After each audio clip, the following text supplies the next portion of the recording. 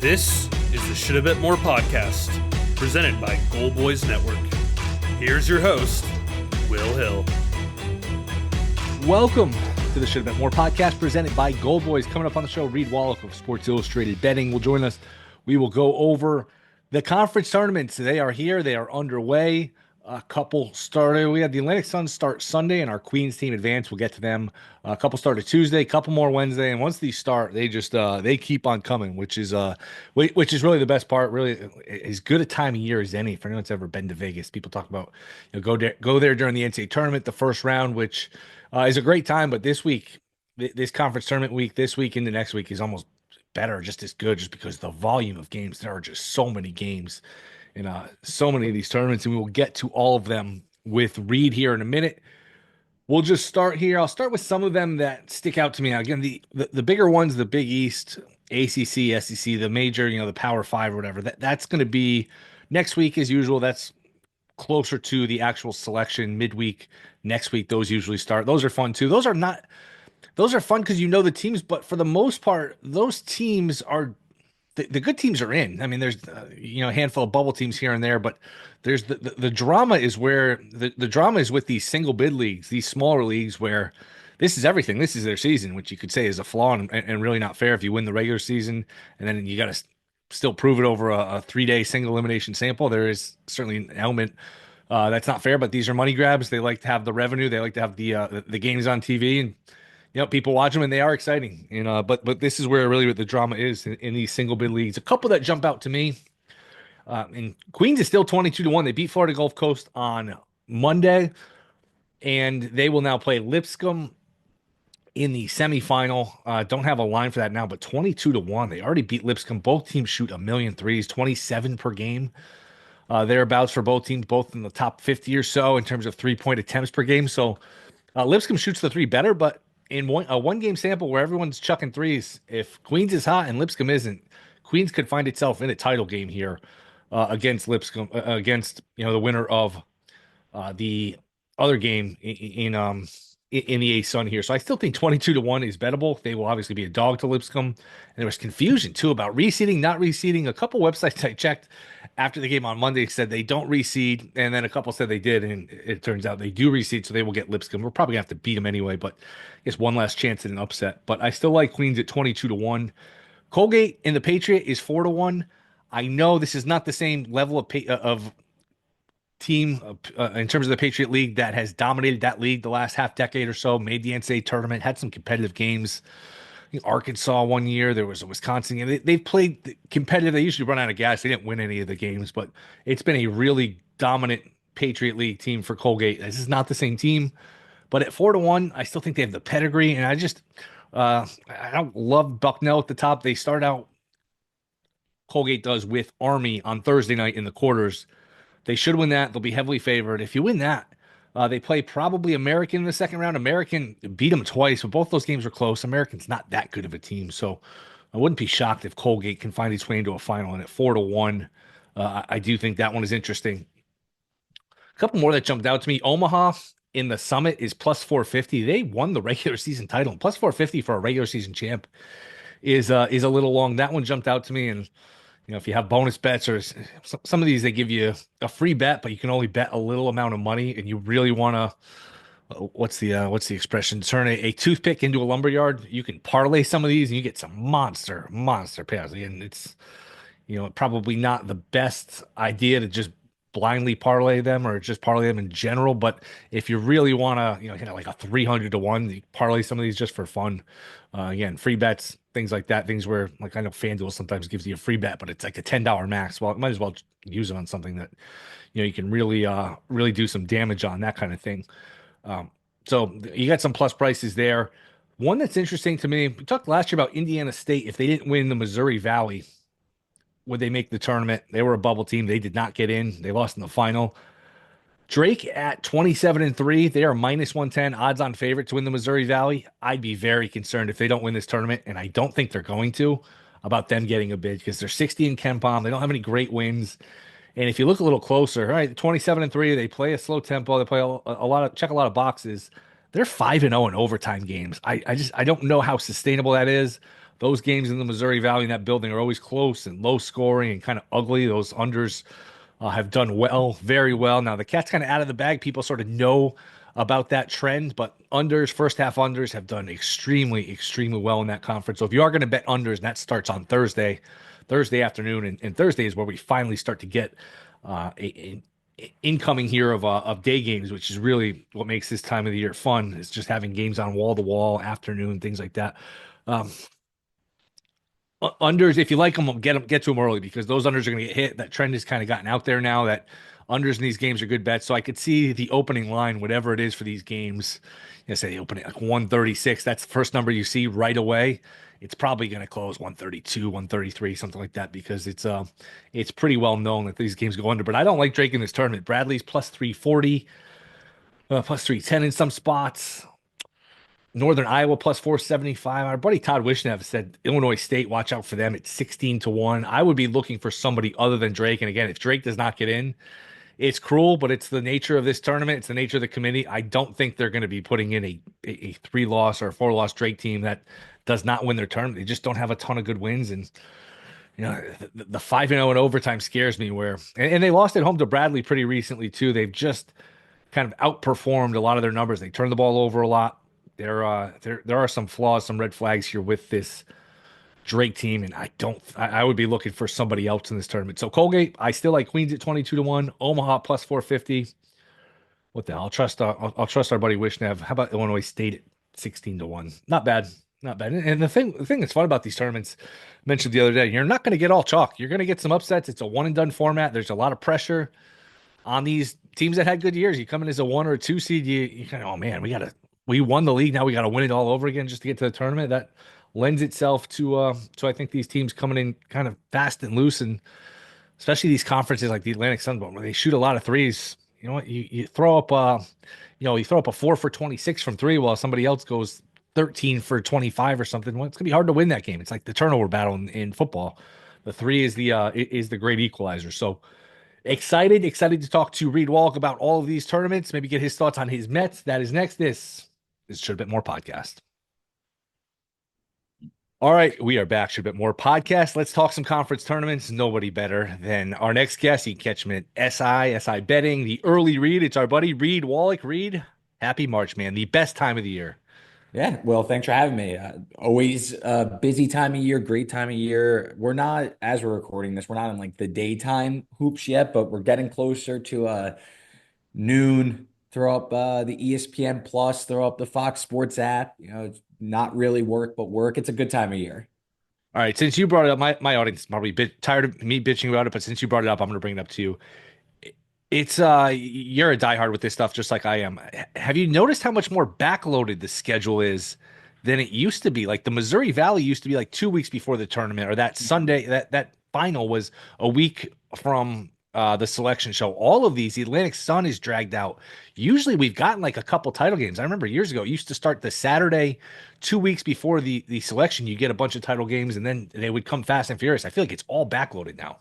It's funny you say that because I was talking with somebody who, like a casual college basketball fan. I'll make the story brief, but I was talking with somebody and they were talking about Auburn and Janai Broom and how old like Auburn is and Broom is and everything. And I was like, yeah, like I remember vividly. I want to say it was like a full week before the real conference tournament even started, the OVC championship, where I had Janai Broom and Morehead State to win the OVC or whatever, and I believe they ended up winning the game. And I'm engaged to get married this summer, and I remember I was single at the time during that game. That's how long ago this all feels like. And I remember that game was like a full week, maybe even 2 weeks before was the OVC championship. So it's just funny. I think honestly, my answer would be related to these media deals and all these conferences trying to either get more exposure and there's more of a focus on like the 1 week and a half of conference tournament week as opposed to dragging it out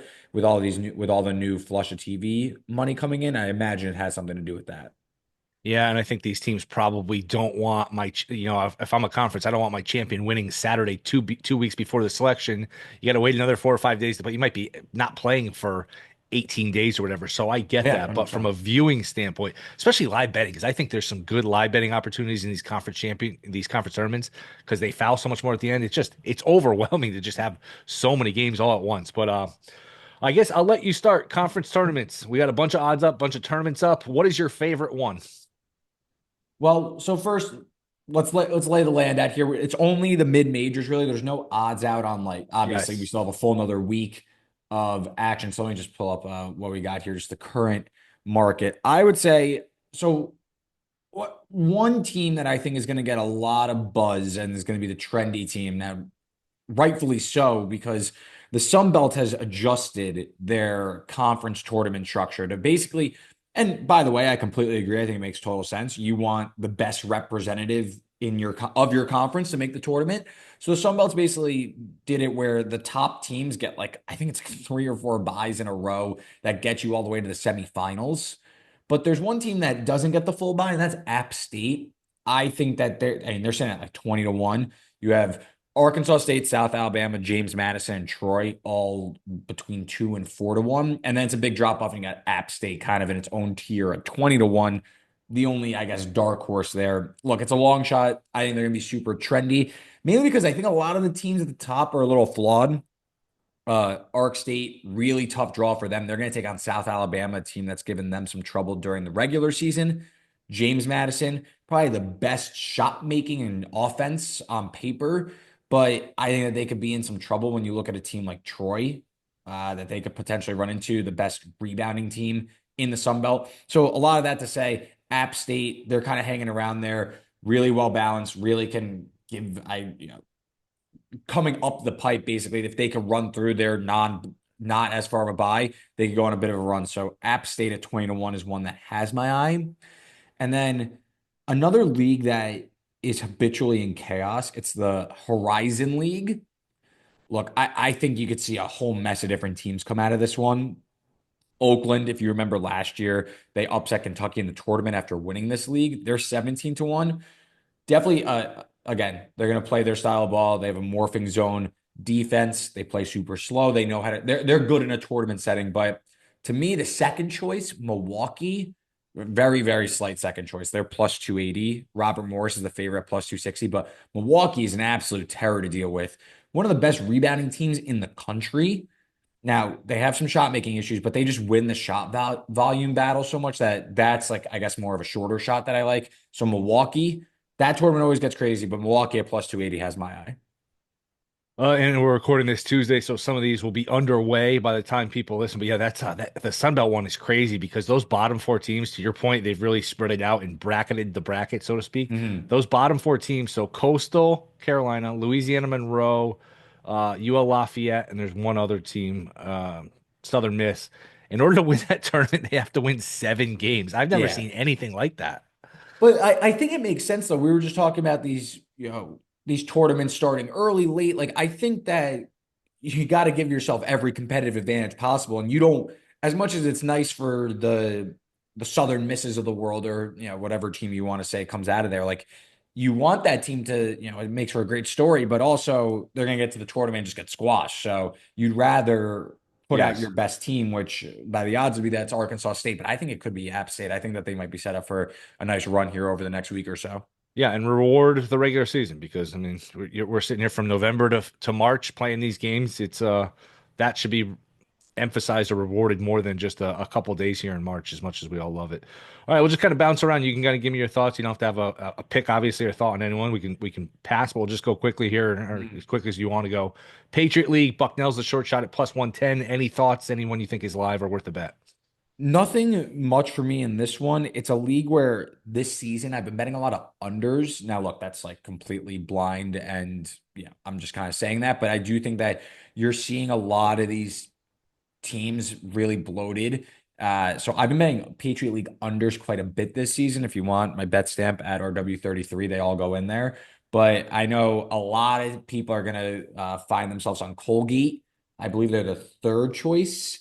But this is not your big brother's Colgate team that has dominated this league over the last few years. They went 10-8 in league play, but this is a team that, I mean, they've been getting gashed on the glass. And while they play at a super fast tempo, they obviously are a team that's routinely won this. I think they've won like three or four of the last few. Their perimeter defense is an absolute sieve this year. So I think that people are going to flock to them, and I think it might be fool's gold. I am one of those people. Not that I love it, but that's at least to me where, all right, I think they could beat Army. And then, okay, American, it's not like they're playing, Auburn or something in Of the second round. course. American beat them twice. And I'm not even going to buy into the whole that false narrative that, oh, it's hard to beat a team three times. But I do think if you're fairly evenly matched, I don't know. I just think they could beat American. Then who knows, you get in a title game and you have 4-1. You're in a, Well, you're so another thing to think about with the Patriot League is that Colgate has routinely dominated, like the number one seed the last several years. I mean, last year 16-2, the year before that 17-1, year before that 16-2, so on and so forth. This year 10-8, so this is not going to funnel through. The Patriot League doesn't run through Hamilton this year, so I am curious if that maybe plays a role in this after years of hosting this tournament. Yeah, it's a good point. And they've been, I would say, feisty in the tournament. They just never played enough defense. They had, I think, one game against Texas. Texas just scored at will on them. Arkansas, I think they had like up big at the half one of those years, but then Arkansas just kind of rolled past them. So I agree. Ohio Valley, I have nothing on any of these teams. Southeast Missouri State is the short shot. Do you have anything of interest here? Nothing really in this one. Easy enough. Big South, High Point is we had Kev O'Neill from the Odds Breakers on the other day. He likes this High Point team. He thinks if and when they got in the tournament, they could upset somebody. They are a heavy -250 favorite. Are you looking? I would imagine you're not looking at late 250 here. Do you have any thoughts on any of these teams? So I agree that High Point's the worthy favorite, and it kind of makes this unbettable. This is a team that hasn't lost since the middle of January. And I mean, it's really just an off, like this conference is full of just absolutely abhorrent offensive play, just really, really gross offensive play. And when you look at a team like High Point, that's 13th in the country in effective field goal percentage, can dominate on the glass, gets to the free throw line. I mean, it's tough to see this team getting bounced when they have such a trump card that can't be topped by any team on either side of the ball. So, I mean, look, this is a High Point team that, I maybe they win a tournament game. I guess it wouldn't surprise me. I mean, look, they're a top 100 team according to Ken Pom, but you go through like their non-con. No, they didn't play any tournament team really, but look, beat UAB at home, beat North Texas at home. They beat App State, who I just talked up as a potential Sun Belt contender on a neutral floor. So this team has won both inside and out of conference. So I kind of agree with them being laying such a chalk here in the tournament. So nothing for me there. Summit, the short shot is St. Thomas, who is not even eligible to go. Omaha won the league in the regular season and is plus 450. That jumped out to me a little bit. Do you have anything on the Summit? No, nothing on the summit here. I probably am going to find myself playing overs in this league. I know, Will, you were mentioning about the fouls at the end. These are, I mean, you're going to see some high totals for sure, but They play no defense, none of these teams. yeah, you mix in the lack of defense with maybe some late game shenanigans. I know, again, they're going to be big numbers, but sometimes the projection systems don't factor in the human element of this, and that's where you could see some real live bank scenarios. Maybe it's like even like a first half under, second half over type deal with Yes. if like the game is tight or something like that.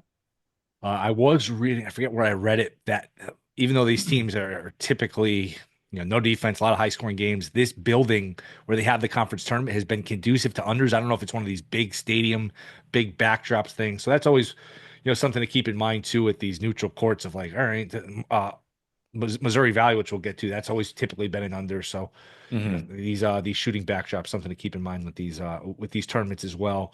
We'll get to it. Missouri Valley, Drake -110, they're odds on. They're a good team. They slow the tempo. They are 5-0 in overtime. I don't know. Bradley at plus 340 is interesting. Do you have anything in terms of this? And do you think if Drake does not win this tournament, they are going to be in the NCAAs because they are only 60 in Ken Pom? I know only 3 losses. I don't know. What are your thoughts? Drake's been getting a lot of love because first of all, they're under new coach Ben McCollum. This is not the same Drake team from the last few years under DeVries, but so they have like a bunch of D2 transfers and stuff like that. So it's like a great story and all that, but I can't get to them running through Arch Madness. And I don't love Bradley either. I kind of like Northern Illinois, or I'm sorry, Northern Illinois, Northern Iowa. I think that, look, you mentioned Drake, one of their 5 overtime wins. One came just a few weeks ago at Northern Iowa. They won 64-58, but I think Northern Iowa is kind of like a Drake light in terms of how their team is kind of constructed, how they look to play. This is an elite 3-point shooting team. Now, look, they've been kind of bombed from three throughout the year, but so I'm kind of banking on some regression. But what I really like about this team is that the defensive structure, they force you to play late clock isolation style. And I think that in Arch Madness, where a lot of teams are kind of ball movement heavy and they try to move the ball around, a lot of creative sets, I think that Northern Iowa's defense might be ripe for a nice little run here. Bracket not amazing, but I do think despite some losses to Bradley and Drake, I think that maybe in a tournament setting, we could see this game kind of flip because it is an elite 3-point shooting team. If they could get some better 3-point variance, I think they could be ripe for a little run here. So I think that was what I think they're like 470, I want to Northern say. Iowa's plus 475. Yeah, like I think that's like a worth a decent shot. I think either Bradley or Northern Iowa are decent looks to fade with Drake. I kind of went for the longer one with Northern Iowa. This is typically one of the more boring conferences because it's just Gonzaga, St. Mary's, and they play in the title game, and there's no sleepers, there's no long shots, there's nothing to really dissect. Is this year any different? Well, I guess so. I bet on Gonzaga both games against St. Mary's. And so the first game, because I agree with you, I don't really think either anybody else is going to make a run in this one. So I do think we're set up for a Gonzaga St. Mary's championship game. I it feels like if I now take St. Mary's, it's going to end up where Gonzaga wins. That being said, this could be just a kind of a talk about Gonzaga in general, because I know a lot of people were on them in the preseason. I'm super out on this team. This team is a dead fade for me. I don't really buy into oh, well, if they're on the 8 line, like the 1 seed gets screwed there, they're stuck with Gonzaga. Like, I guess in theory, but like maybe Gonzaga is just not that great. We've seen now twice against St. Mary's really struggle to keep up with the ball movement on the perimeter, can't contain penetration and keep teams off the glass. So this Gonzaga defense, I think, is a real Achilles heel heading into March. St. Mary's, I don't know if I'm buying them as some deep tournament run either, but I think like this matchup it might be a really good year for St. Mary's to match up with this Gonzaga team. So the Gales at plus 150, I don't mind a shot at that at all. I don't really see Gonzaga being favored. I don't really agree with it. And I can't remember the ASUN ever doing this. This is weird where they started on Sunday with these playing games. Monday's the quarterfinals. Then we have a break till Thursday with the semis. It's Lipscomb, North Alabama, Jacksonville, and Queens. Lipscomb against Queens, and then the other two play. I gave out on Monday show Queens at 50-1. I actually didn't know they reseeded, which there was some debate because I looked at like 3 or 4 different websites. Two said one thing, two said the other, including the official conference website said they didn't reseed. So very confusing. I was hoping to get Queens in the title game against Lipscomb, but either way they're gonna have to beat them. Do you have anything with these 4 teams left? Any thoughts? Jacksonville kind of catching my eye at 12-1. But like nothing really. I would agree with the idea that Lipscomb is the top team, but at minus 210, I don't know. I think like maybe it doesn't get there, but Jacksonville, I mean, this is a sweet shooting offense that they have a really good big man in guard McCray, rock solid. So I think that this Jacksonville team, I mean, this is a team that like just bombs. They could really bomb from three, top 40 in the country in 3-point percentage. So if they could run hot, I could see them doing it at a long price of 12-1. So don't mind Jacksonville. I think they're maybe a little bit closer to North Alabama than the price indicates. Yeah, and all these teams take so many threes, which leads itself in a single elimination scenario. It's high variance. Queens and Lipscomb both take 27 threes a game. So Queens doesn't shoot it well. Lipscomb does. But if you have a night where you're Queens, if you're hitting your shot and the other team isn't, you could be here in the final, which I still think at 22-1. I'm surprised it's that long. CAA Wilmington, the short shot. Any bets here? So this is an interesting one. I think Wilmington's the best team, so I don't have like a really compelling case for, hey, this team could get high or something. But I will say that Towson, I know they're plus 370. I think they're an intriguing team towards the top of the bracket. I mean, this is a team that you look throughout CAA play. I mean, they went 16-2. So, I know they're not rated as the best, but this is a team that's kind of blitzed all of competition. So I am interested to see if Towson play super slow, they protect the ball, they win the shot volume battle. The issue is they can't really shoot. So if they could get the teams to play their style, then maybe they could slow this down and win the tournament. But it's a team worth keeping an eye on. But I agree with Wilmington being the favorite. SoCon, Chattanooga plus 270, Sanford plus 330. I think Greensboro and Wofford not far behind. ETSU, boy, this is really balanced based on really the top six teams. Unusual, even with ETSU, Furman all within 7-1. Do you have anything of interest here? Super high variance tournament. Chattanooga, who was kind of left for dead in the preseason, they end up winning the regular season title like 12-1 pre-flop to like win the regular season title. So now they come in as a favorite, they're the number one seed. Super, super potent offense. But again, like this is a super high variance league. I don't know if I see them going all the way here. Sanford, I think at 4-1 is worth a decent look. And I mean, Furman, uh, routinely having success here at plus 850, but this team is not as good as prior years. So I would say Sanford has my eye at 4-1. Big Sky, Northern Colorado, and Montana are your short shots. Any interest in this one? I got nothing out west for you, Will. We move along. The Southland, McNeese minus 500. Um, I mean, you can't obviously lay the minus 500. Is that a justified price? Is there anybody worth betting?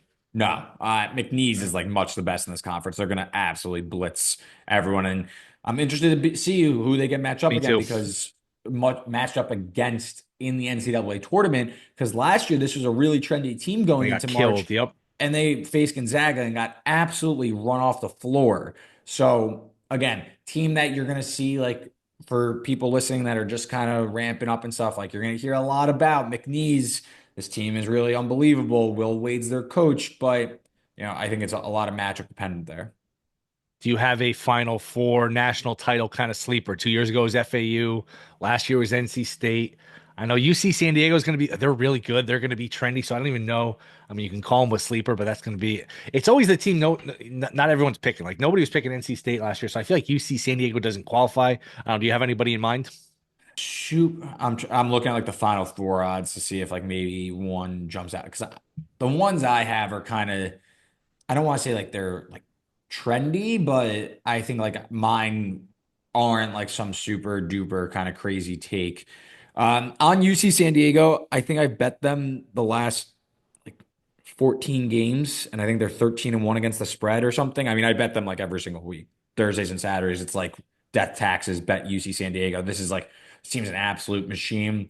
It probably is the right thing to do for me to take them to go to the Final Four because I've been betting them all season, but we'll see if I end up getting there. One team that has my eye, I think this Clemson team is better than last year's team that went to the Elite Eight. They replaced PJ Hall with Victor Locken, who I think maybe isn't the high volume 3-point shooter that PJ Hall was, but I think he's a much better rim protector. And we've seen Hunter really come into his own. We've seen Shefflin continue to develop. I think that this team is really, really good. They play super slow. They're really good from three, so they can get teams to play their game. They're still being priced like 14-1. I think they're like rock solid. And I know the ACC isn't as strong as it's been in the past, but we have now seen because the ACC has been trending down for several years now, yet come tournament time, it really seems like the top tends to overperform. And we've seen more like the SEC and Big Ten that they get in 10 teams, 11 teams, whatever. I mean, it's like ridiculous. But those conferences seem to underperform. That's kind of anecdotal, but I mean, you look, ACC teams are regularly going to the Final Four, regularly going to the Elite Eight. So I think Clemson might be primed for another deep run here in March on like that 5 line. So I think it's a well-balanced team. They're running really hot from three. They play a pretty distinct style of basketball. So I think Clemson, in terms of like the double-digit odds to make a run, I could see a case for them for sure. I'm reluctant to give you credit because I don't want to jinx it, but you texted me maybe a month, 6 weeks ago, and I believe I mentioned this on the podcast at the time. Malik Beasley, six man of the year, is like 25-30-1. It's down to like 2-1, it's plus 180 yesterday. Is that bet going to get home? Is there any other NBA award bets worth taking right now? Yeah, I could talk some NBA awards. Beasley, look, if we're going just straight resume, I think Beasley is the nuts in this market. He is currently leading the NBA in 3 points made coming off like he's coming off the bench and he's leading the NBA in threes. He has more than Steph Curry. He has three more than Ant Edwards, who's in second. So I think he's a prototypical six man. So this is a really good story for Detroit. I think he can get home. I would say the one thing in his way is the Boston media cycle kind of hyping up Peyton Pritchard. But we're currently on March 4th. There hasn't been a ton of like really high level NBA awards content out there. So early season Peyton Pritchard was the guy. He's kind of cooled off. So we'll see if that really maintains. Beasley, he's plus 160. I honestly think like he should be like close to like plus 120 at this point. Pritchard, short favorite, and then like Naz Reed, Ty Jerome, DeAndre Hunter should all be in like the 15 to 20 to 1 range. So I think there's maybe a little bit more meat on the bone for Beasley, but like if this keeps up, I think he's gonna ship it home. How many wins for the Mets? Mid 80s. Like I think it Oh. could be a trying regular season, and then they really gear up and are buyers at the deadline. That kind of puts them on a good path. But like division's so tough. Nats are gonna be better. There's really only one layup in the division. That's the Marlins. So like I'll say, Marlins what's give the them a hard time too. They have a hard time. yeah? They play some What weird games with the Marlins. I would say like this is a cop out, but like I'll say like 87 wins, Okay. like solid wild card, and then we see what happens in the playoffs. Yeah, I mean the pitching, especially like Sanga's been injury prone in the past, supposedly in Japan or whatever, and hurt last year.